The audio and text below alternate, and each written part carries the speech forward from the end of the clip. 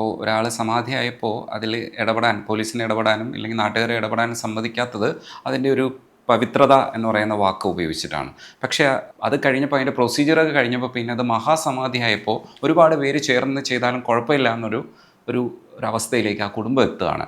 അതിൻ്റെ ഒരു psychological stand അത് അവർ അതുവരെ വിശ്വസിച്ചിരുന്ന ഒരു പ്യുവറായിട്ട് കരുതിയിരുന്ന ഒരു വിശ്വാസത്തെ പിറ്റേ ആഴ്ചയിലോ ഇല്ലെങ്കിൽ 2-3 ദിവസം കഴിഞ്ഞിട്ടോ ഭേദിക്കാൻ ഒരു എല്ലാവരും കൂടെ ചേർന്ന് ചെയ്തപ്പോൾ അത് ഭേദിക്കാൻ പറ്റി. അതൊരു മഹാസമാധിയായിട്ട് അംഗീകരിച്ചു. അതിൻ്റെ ഒരു വൈരുദ്ധ്യം വൈശാഖൻ ശ്രദ്ധിച്ചിട്ടുണ്ടായിരുന്നു. പൊതുവിൽ ഇങ്ങനെയുള്ള വിശ്വാസങ്ങളുടെ കാര്യത്തിൽ ഞാനങ്ങനെ വൈരുദ്ധ്യമൊന്നും കാണാത്ത ആളാണ്. കാരണം വിശ്വാസം എന്ന് പറയുന്നത് തന്നെ അതിനകത്ത് ലോജിക്കില്ല. വൈരുദ്ധ്യം എന്ന് പറയുന്ന വാക്ക് നിൽക്കുന്നത് തന്നെ ലോജിക്കിൻ്റെ അടിസ്ഥാനത്തിലാണ്. ലോജിക്ക് വെച്ച് ആലോചിക്കുമ്പോഴാണ് നമുക്ക് വൈരുദ്ധ്യവും പൊരുത്തമൊക്കെ തോന്നുന്നത്. വിശ്വാസം അടിസ്ഥാനപരമായിട്ട് വൈരുദ്ധ്യം ലോജിക്കില്ലാത്തൊരു സംഗതിയാണ്. അപ്പോൾ അത് ഭയങ്കര ഫ്ലൂയിഡാണ്.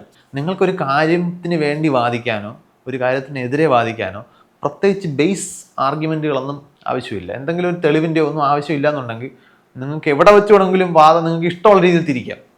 ഒരു കോട്ടുണ്ട്, ഡോണ്ട് റീസൺ വിത്ത് അൺറീസൺ. അതായത് അയുക്തിയോട് നിങ്ങൾക്ക് യുക്തിപരമായി തർക്കിക്കാൻ പറ്റില്ല, കാരണം അത് നിൽക്കുന്നതിന് അയുക്തിയായിട്ടാണ്. അപ്പോൾ അതുകൊണ്ട് അതിനകത്ത് വൈരുദ്ധ്യമൊന്നുമില്ല.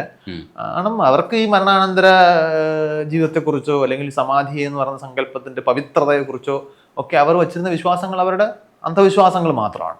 അപ്പോൾ അതിന് പ്രത്യേകിച്ച് ലോജിക്കോ ഒന്നുമില്ല. അപ്പോൾ അത് മാറ്റാനും അവർക്ക് പ്രത്യേകിച്ച് വേറൊരു ലോജിക്കിൻ്റെ ആവശ്യമില്ല. അത് മാറും. അതൊരു പ്രത്യേകിച്ച് മനുഷ്യൻ എന്ന് പറയുന്നത് വല്ലാതെ ഒരു നമ്മൾ പൊതുവിൽ സ്കൂൾ കാലം മുതലേ നമ്മളെ പഠിപ്പിക്കുകയും നമ്മൾ മനസ്സിലാക്കുകയും ചെയ്യുന്നത് കൃത്യമായി പുറത്തുനിന്ന് ഇൻഫർമേഷൻ അകത്തേക്ക് എടുത്ത് ഒരു കമ്പ്യൂട്ടർ ചെയ്യുന്നത് പോലെ പ്രോസസ്സ് ചെയ്ത് തീരുമാനങ്ങളായിട്ടോ ആക്ഷനായിട്ടോ ഒക്കെ പുറത്തേക്ക് വിടുന്ന ഒരു മെഷീനെ പോലെയാണ് നമ്മൾ നമ്മളെ കാണുന്നത്.